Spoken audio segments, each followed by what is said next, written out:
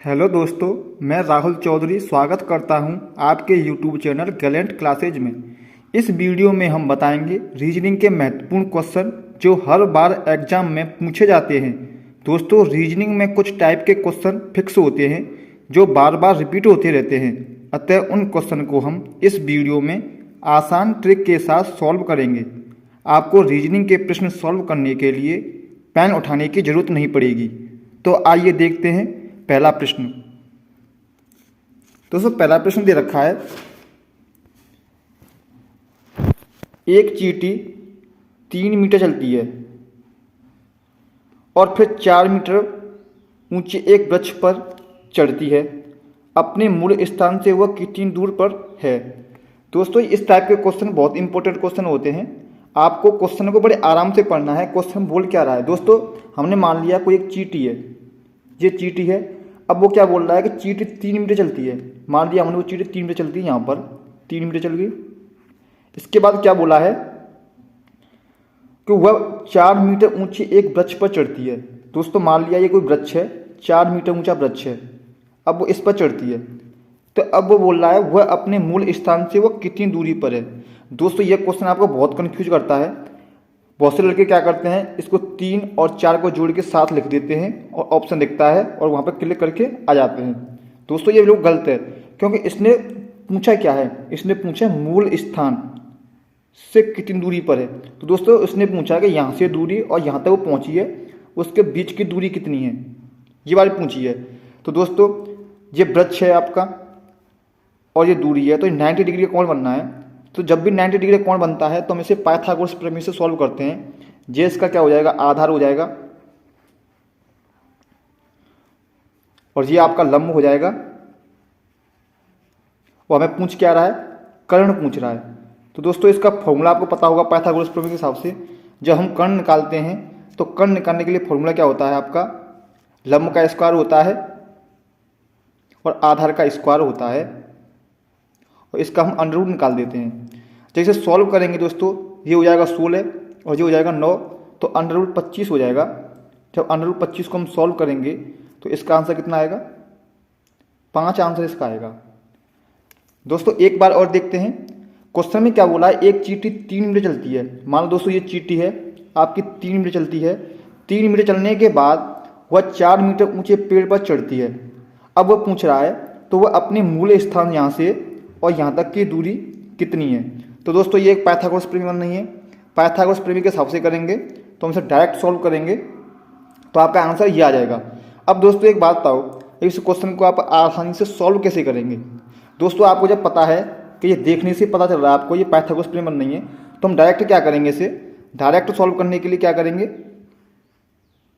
Direct solve करने के लिए क्या करेंगे दोस्तों? हम डायरेक्ट इसको अंडर रूट लगा देंगे और 4 का स्क्वायर लिख देंगे और 3 का स्क्वायर लिख देंगे। 25 आ रहा है आपका। डायरेक्ट 25 का आंसर कितना आ जाएगा? 5 आ जाएगा।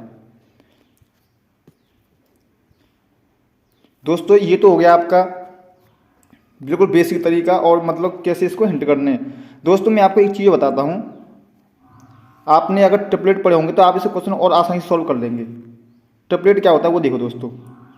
मैंने आपको ट्रिपलेट, दोस्तों, मैं इसी चैनल पर मैथ आपको बिल्कुल बेसिक से करा रहा हूँ। वहाँ पर मैं आपको ट्रिपलेट वगैरह सब कुछ सिखाऊंगा। लेकिन अगर आप नहीं जानते हैं तो मैं आपको थोड़ी हिंट दे देता हूँ। दोस्तों, जब 90 डिग्री कोण बनता है तो इसके ट्रिपलेट होते हैं, जैसे 3, 4, 5, एक होता है आपका 9, 40, 41, एक होता है आपका 8, 15, 17। दोस्तों, जैसे मान लो आपको ट्रिपलेट याद होता तो आपको पता 3 दे रखा, 4 दे रखा, डायरेक्ट इसका आंसर 5 हो जाता। तो आप 3, 4, 5 कर सकते हैं। एक 8, 15, 17 होता है, एक 9, 40, 41 होता है। ऐसे करके दोस्तों कुछ टॉप इसके ट्रिपलेट होते हैं, आप वो ट्रिपलेट के हिसाब से भी कर सकते हैं। अगला क्वेश्चन देखते हैं दोस्तों। अगला क्वेश्चन क्या दे रखा है? अगले क्वेश्चन में दे रखा है, नीचे दी गई श्रृंखला में प्रश्न चिन्ह के स्थान पर कौन सी संख्या आएगी? तो दोस्तों, क्वेश्चन में मतलब आपको ये वाली वैल्यू पूछिए, यहाँ पर क्या आएगा? तो दोस्तों, दे रखा है 3, 3 के बाद क्या किया इसने? 5 किया है। 5 के बाद क्या किया इसने? 6 किया है। 6 के बाद क्या किया इसने? 12 किया है। 12 के बाद फिर इसने 12 कर दिया है और फिर क्वेश्चन मार्क 24, 26। दोस्तों, सबसे पहले हम इसमें देखेंगे कि हमने 3 में इसमें +2 किया 5, इसके बाद इसने +1 किया है, फिर +6 कर दिया है, फिर इसने कुछ भी प्लस नहीं किया है। तो दोस्तों इससे तो हमारा सॉल्व नहीं हो रहा है। अगर इस टाइप के क्वेश्चन में प्लस माइनस करने से आंसर नहीं आता है तो दोस्तों हम इसमें एकांतर कौन ले लेते हैं, मतलब एकांतर रूप ले लेते हैं, मतलब एक संख्या छोड़ के, जैसे 3 से 6, 6 से 12, 12 से 24, इसी तरह 5 से 12, 12 से क्वेश्चन मार्क से 26। इस तरीके से हम इसे सॉल्व करने की कोशिश करेंगे। तो सॉल्व करेंगे तो क्या होगा इसका वो देखते हैं। अब हम क्या करेंगे, इसने क्या किया, 3 से 6 पर जाने के लिए गुणा 2 किया है, फिर इसने 6 से 12 पर जाने के लिए गुणा 2 किया है, फिर इसने 12 से 24 पर जाने के लिए गुणा 2 किया है। अब इधर देखते हैं, इसने 5 से 12 पर जाने के लिए क्या किया है, +7 किया है, फिर इसने 12 से यहाँ पर जाने के लिए भी +7 मान लिया हमने कि +7 करेंगे तो कितना हो जाएगा, 19 हो जाएगा। अब 19 में +7 करेंगे तो 26 आ रहा है। तो दोस्तों इसका मतलब क्या है कि हम यहाँ पर +7 करेंगे तो 12 में हम +7 करेंगे तो कितना हो जाएगा, 19 हो जाएगा। तो इसका आंसर कितना आएगा, 19। दोस्तों मैंने आपको क्या बोला कि जब ये क्वेश्चन प्लस या माइनस करने से सॉल्व नहीं आता है तो हम इसे एक संख्या छोड़ के सॉल्व करते हैं। जैसे 3 से 6 पर जा रहा है, 6 से 12 पर जा रहा है, 12 से 24 पर जा रहा है। तो हमने देखा 3 से 6 पर जाने के लिए गुणा 2 हो रहा है, 6 से 12 पर जाने के लिए गुणा 2 हो रहा है, 12 से 24 पर जाने के लिए गुणा 2 हो रहा है। फिर हमने ऊपर वाली संख्या देखी, 5 से 12 पर जाने के लिए +7 हो रहा है, तो हम इसी तरह यहाँ तक जाने के लिए +7 करेंगे। अब ये हमारा कंडीशन सेटिस्फाई हो रही है या नहीं, इसके लिए हम प्लस फिर 7 करेंगे तो 26 आ रहा है। तो दोस्तों इसका मतलब ये यहाँ पर 19 आएगा। मैं उम्मीद करता हूँ दोस्तों आपको यह क्वेश्चन बड़े आराम से समझ में आ गया होगा। अगला क्वेश्चन देखते हैं। दोस्तों अगला क्वेश्चन दे रखा वेन डायग्राम। वेन आरेख होता है क्या है दोस्तों, ये पूछता है नीचे दी गई इस प्रश्न का सही वेन आरेख बताइए। दोस्तों वेन आरेख का मतलब होता है संबंध। इसमें क्या होता है, जो कुछ भी दे रखा होता है हम उसका संबंध निकालते हैं। अब जैसे इसमें दे रखा है घोड़ा, बंदर, बाघ। अब दोस्तों घोड़ा अलग है हमारा बिल्कुल, बंदर भी बिल्कुल अलग है, बाघ भी बिल्कुल अलग है। अब दोस्तों घोड़ा का संबंध ना तो बंदर से होगा ना बाघ से होगा, बंदर का संबंध ना तो बाघ से होगा ना घोड़ा से होगा। तो इन तीनों का आरेख क्या बनेगा, घोड़ा अलग हो जाएगा, बंदर अलग हो जाएगा और बाघ अलग हो जाएगा। तो इसका आंसर क्या होगा, बी होगा। दोस्तों इसी जगह मान लो अगर क्वेश्चन दे देता घर, कमरा और किचन, एग्जाम्पल तो मान ली ये दे देता है, इसका हम वेन डायग्राम कैसे बनाते। दोस्तों हमें मालूम है कि घर होता है, ये तो हमारा घर है, घर के अंदर क्या होता है, कमरा होता है, और घर में क्या होती है, किचन होती है। तो इसका वेन डायग्राम दोस्तों ऐसे बनता है, कमरा, किचन और इन सबले घर में। तो दोस्तों आपको समझना यह है कि वेन डायग्राम में होता है क्या है कि जो संख्या, जो चीज़ दे रखी होती है, जो भी मतलब आपके लिए यूनिट दे रखी होती है उसका संबंध निकालते हैं। घोड़ा, बंदर, बाघ दे रखा है, हमने देखा इन तीनों में कोई भी संबंध नहीं है, तो इन तीनों का वेन डायग्राम अलग अलग बनेगा। इसका अलग बनेगा, इसका अलग बनेगा और इसका अलग बनेगा। अगला क्वेश्चन दे रखा है नीचे दी गई श्रृंखला में अगला संख्या क्या होगा। दोस्तों मैंने देखा है ज़्यादातर स्टूडेंट क्या करते हैं, जैसे ही कोई संख्या बड़ी दिखती है उस क्वेश्चन को छोड़ने की सोचते हैं। दोस्तों आपको छोड़ना बिल्कुल भी नहीं है। हम आपको दोस्तों यहाँ पर यही चीज़ सिखा रहे हैं कि क्वेश्चन को आपको टैकल कैसे करना है। अब सबसे पहले आपको करना क्या है, सबसे पहले क्वेश्चन को पढ़ा कीजिए। क्वेश्चन को पढ़ने के बाद आधा क्वेश्चन सॉल्व हो जाता है। आप क्या करते हैं, क्वेश्चन बड़ा देखा उसको छोड़ देते हैं। जब दोस्तों आप क्वेश्चन को पढ़ेंगे तो आप सवाल को समझेंगे कि वो पूछ क्या रहा है। अब दोस्तों इसमें हमने देखा संख्या दे रखी है 5, 8, 9, 6, 5, 4, 2, 3, 7।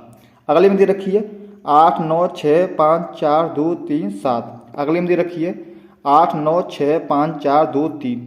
अगले में दे रखी है 9, 6, 5, 4, 2, 3। अगली पूछिए।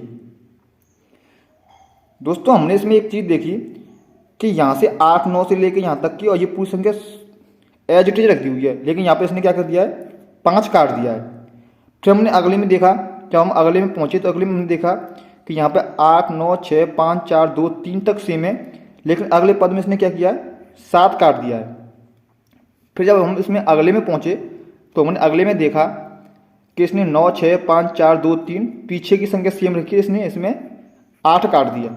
तो दोस्तों अब आप बताओ आगे क्या होगा। हमने क्या देखा, पहले पद में आगे की संख्या काट रहा है, सेकंड पद में पीछे की संख्या काट रहा है, फिर अगले में पहले पद संख्या काट रहा है, फिर सेकंड काट दिया। अब दोस्तों इसमें इसने क्या किया, पहली संख्या काट दी 8, तो इसके बाद क्या होगा, 3 कटेगी, तो क्या निकल के आएगा हमारा 9 6 5 4 2 3। तो दोस्तों ऑप्शन देख लीजिए कौन से मैच खा रहा है। तो दोस्तों हमने देखा 9 6 5 4 2 है, ये 3 यहाँ से कट जाएगा, तो इसका आंसर क्या आएगा, जे आएगा। दोस्तों मैंने क्या बोला आपको, एक बार समझते हैं।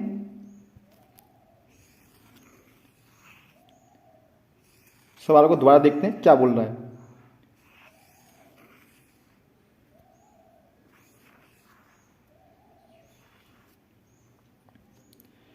दोस्तों इसने क्या किया, पहले इसने 5 काटा है, अगले पहले पद में 5 काट दिया है, यहाँ पे सेम रख दिया है। इसके बाद अगले पद में क्या किया, इसने पीछे की संख्या काट दी है, सेम रख दी है। फिर इसके बाद क्या किया, इसने आगे का पद काट दिया है, 8 काट दिया है, फिर ये संख्या रख दी है। इसके बाद क्या होगा, हम पीछे का पद काट देंगे, तो संख्या कौन सी मैच खा रही है, ये वाली। तो इसका आंसर क्या होगा 9 6 5 4 2। अगला क्वेश्चन देखते हैं। अगला क्वेश्चन है, यदि 30 जनवरी 2013 गुरुवार रहा हो तो 2 मार्च 2013 को कौन सा दिन था। दोस्तों ये बहुत ही महत्वपूर्ण क्वेश्चन है, ये एसएससी का बहुत ही फेवरेट क्वेश्चन है। दोस्तों इस क्वेश्चन में क्या दे रखा है, उसने दे रखा है 30 जनवरी 2013 को गुरुवार था, तो 2 मार्च 2013 को कौन सा दिन था। दोस्तों इसमें एक चीज़ सेम है, इसमें ईयर सेम है, इसमें भी 2013 है, इसमें भी 2013 है। इसके बाद क्या दे रखा है, इसमें दे रखा है 30 जनवरी, इसमें दे रखा है 2 मार्च, इसने दे रखा है 30 जनवरी को गुरुवार था। तो सबसे पहले दोस्तों हम इसके दिन निकालेंगे कि दिन हो कितने रहे हैं। दोस्तों इसमें जनवरी 31 दिन का महीना होता है, 30 इसमें दिन खत्म हो चुके हैं, तो इसमें कितने बचे, इसमें बचा 1 दिन, 1 प्लस जनवरी के बाद क्या आता है, फरवरी आता है। दोस्तों फरवरी में क्या होता है, 28 दिन भी होते हैं और 29 दिन भी होते हैं। अब 28 दिन कब होते हैं दोस्तों, जब साधारण वर्ष होती है उसमें 28 दिन होते हैं, और लीप वर्ष होती है उसमें 29 दिन होते हैं। लीप वर्ष कहते किसे हैं दोस्तों, लीप वर्ष हम उसे कहते हैं जिसमें हम 4 का भाग पूरा पूरा चले जाता है, उसे हम लीप वर्ष कहते हैं। अब 2013 है, इसमें 4 का भाग नहीं आएगा, ये साधारण वर्ष है। और जैसे मान लो अगर होता 2012, इसमें 4 का भाग पूरा पूरा जा रहा है, तो ये लीप वर्ष होता और इसमें 29 का दिन होता। अब दोस्तों ये साधारण वर्ष है, तो इसमें 28 दिन होते हैं, तो इसको लिख देंगे हम 28 दिन प्लस फरवरी के बाद क्या आता है, मार्च। मार्च में कितने दिन हैं, 2 दिन हैं, 2 दिन लिख देंगे। तो टोटल कितना आ रहा हमारा 28 और 2 30 हुई 31। अब दोस्तों 31 में हम 7 का भाग देंगे। हम 7 का भाग क्यों देंगे, क्योंकि दोस्तों सप्ताह में 7 दिन होते हैं और हर 7 दिनों बाद वही सेम डे रिपीट होता है। दोस्तों हम इसमें 7 का भाग देंगे, 7 चौक 28, 3 शेष बचेंगे। अब जो शेष बचा है उसे ही हम इसमें गुरुवार में जोड़ देंगे। अब गुरुवार है, गुरुवार में 1 दिन जोड़ेंगे तो क्या होगा, शुक्र होगा। 2 दिन जोड़ेंगे तो क्या हो जाएगा, शनिचर हो जाएगा। और 3 दिन जोड़ेंगे तो क्या हो जाएगा, एतवार हो जाएगा। तो दोस्तों इसका आंसर क्या आएगा, रविवार आ जाएगा। दोस्तों मैं आपको एक बार फिर बताता हूँ, समझने की कोशिश कीजिए। क्वेश्चन में दे रखा है 30 जनवरी 2013 को गुरुवार रहा हो तो 2 मार्च 2013 को कौन सा दिन था। दोस्तों ईयर सेम है, तो हम महीने के दिन संभालेंगे। इसमें 30 जनवरी है, 31 का महीना होता है, 30 दिन इसमें कटा देंगे तो कितना बचा, 1 दिन। इसके बाद हम आएंगे फरवरी पर। फरवरी को देखेंगे दोस्तों, फरवरी में 2 दिन होते हैं, एक तो 28 दिन होते हैं, एक 29 दिन होते हैं। अगर साधारण वर्ष है तो 28 दिन होते हैं, लीप ईयर है तो 29 दिन होते हैं। अब दोस्तों हम इसमें देखेंगे कि ये साधारण वर्ष है या लीप ईयर है। दोस्तों मैंने आपको पहचानने का टाइम क्या बताया था कि अगर ईयर में 4 का भाग चला जाता है तो वो लीप ईयर है, और 4 का भाग नहीं जाता है तो वो लीप ईयर नहीं है। अब 2013 है, इसमें हम 4 का भाग देंगे, 4 का भाग नहीं जा रहा है तो ये साधारण वर्ष है, तो मतलब दिन कितने होगा, 28 दिन का होगा प्लस 28। फरवरी के बाद क्या आता है, मार्च आता है। मार्च में 2 दिन दे रखें, 2 जोड़ेंगे 31 हो जाएगा। 31 में 7 का भाग देंगे तो 3 आएगा और ये सॉल्व हो जाएगा। दोस्तों को ट्रिक क्या होती है, मतलब इसे आसानी से कैसे सॉल्व कर सकते हैं वो देखिए। इसे सॉल्व करने के लिए दोस्तों आपको पता है कि हमें दिन निकालने हैं। 30 जनवरी है, इसमें 1 दिन तो अब तुम्हारा ये हो गया 1 प्लस 28 फरवरी है। 28 में 7 का भाग देंगे, 0 आएगा, 0 प्लस 2 बच रहे, मार्च है 2, टोटल कितना हो रहा है 3। और 3 को हम डायरेक्ट उसमें जोड़ देंगे, गुरुवार कितना आ जाएगा, रविवार आंसर आ जाएगा। दोस्तों मैं इसकी आपके लिए टॉपिक वाइज क्लास लेके आऊँगा, आपको कैलेंडर बिल्कुल बेसिक से सिखाऊंगा। दोस्तों अगर आप हमारे चैनल पर नए हैं तो हमारे चैनल जरूर जुड़े, मैं आपके लिए ऐसे ही टॉपिक लाता रहूँगा। दोस्तों हम आपके लिए एक सीरीज लेके आएंगे मिक्स क्वेश्चन वाली, और जिस टॉपिक में आपको प्रॉब्लम हो आप हमें कमेंट बॉक्स में बताएं, हम उसके लिए आपके लिए मैराथन क्लास लेके आएंगे जिससे आपकी प्रॉब्लम सॉल्व हो जाए। दोस्तों मैं उम्मीद करता हूँ आपको ये सवाल समझ में आ गया होगा। अगला क्वेश्चन देखते हैं। दोस्तों अगला क्वेश्चन दे रखा है, दिए गए विकल्पों में से संबंधित संख्या को चुनिए। मतलब दोस्तों ये पूछ रहा है, क्वेश्चन में दे रखा है 20, 20 से 6, 40 से जी। दोस्तों ये कहना चाह रहा है कि जो संबंध 20 का 6 से है वही संबंध 40 से इस संख्या का होगा। अब इस क्वेश्चन को सॉल्व करने के लिए दोस्तों हमारे पास कुछ तरीके होते हैं। दोस्तों आसान तरीके तो मैं आपको बता दूंगा। सबसे पहले आपको सोचना है कि करते कैसे हैं। दोस्तों आप क्या कीजिए, आप हमारी वीडियो को पॉज करके क्वेश्चन को खुद सॉल्व करने की कोशिश कीजिए। इससे क्या होगा दोस्तों, आपकी सोचने की क्षमता बढ़ेगी। अब दोस्तों इस क्वेश्चन में हम सोच क्या सकते हैं वो देखिए। सबसे पहले हम क्या करेंगे, 20 है, 20 से हम 6 कैसे ला सकते हैं। दोस्तों हमने 20 में से 14 माइनस करेंगे तो 6 आ जाएगा। अब इसी तरह हम 40 में से 14 माइनस करेंगे तो कितना आ जाएगा, 40 में से 14 माइनस करेंगे तो कितना आएगा, 26। 26 ऑप्शन में नहीं दे रखा है, तो दोस्तों इस तरीके से क्वेश्चन नहीं हो सकता। फिर हम एक तरीका और देखेंगे कि हम ऐसी संख्या देखेंगे कि इसमें 6 में गुणा करके 20 हो जाए। तो 6 में गुणा करके कोई 20 हो नहीं रहा है, वो भी नहीं देखेंगे। तो दोस्तों हम इसमें एक तरीका और लगाएंगे जो मैं आपको बता रहा हूँ। वो तरीका क्या होगा दोस्तों, यह क्वेश्चन बहुत ही इंपॉर्टेंट है, आराम से समझना है करना कैसे है। दोस्तों आसान क्वेश्चन तो बड़े आराम से हो जाते हैं। अब दोस्तों इस क्वेश्चन को करने के लिए क्या करेंगे हम वो देखिए। ये 20 दे रखा है और ये 6 दे रखा है। दोस्तों हम इसे सॉल्व करेंगे।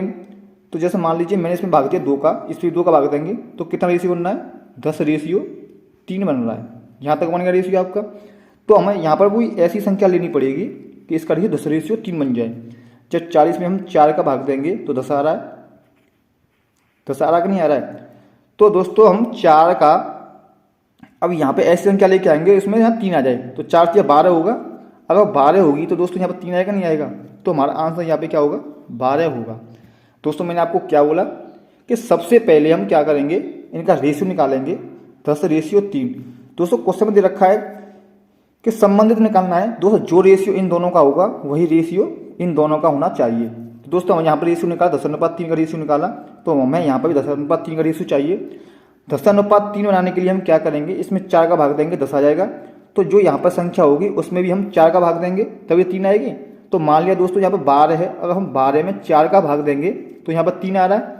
तो दोस्तों इसका आंसर कितना होगा, 12 इसका आंसर होगा। तो दोस्तों हम उम्मीद करते हैं आप इस प्रश्न को अच्छे से समझ गए होंगे। सारे प्रश्न इंपॉर्टेंट हैं, इसलिए सारे प्रश्न को नोट जरूर कर लीजिएगा। और दोस्तों आपको हमारी वीडियो अच्छी लगी हो तो कमेंट बॉक्स में कमेंट करके जरूर बताइए। अगर आप हमारे चैनल पर नए हैं तो हमारे चैनल को सब्सक्राइब जरूर करें, क्योंकि दोस्तों मैं इस चैनल पर मैथ बिल्कुल बेसिक से करा रहा हूं। अगर आप मैथ में बिल्कुल कमज़ोर हैं तो घबराने की ज़रूरत नहीं है। मेरी वीडियो देखने के बाद आपका डर हमेशा के लिए ख़त्म हो जाएगा। तो दोस्तों मिलते हैं अगली वीडियो में, तब तक के लिए धन्यवाद।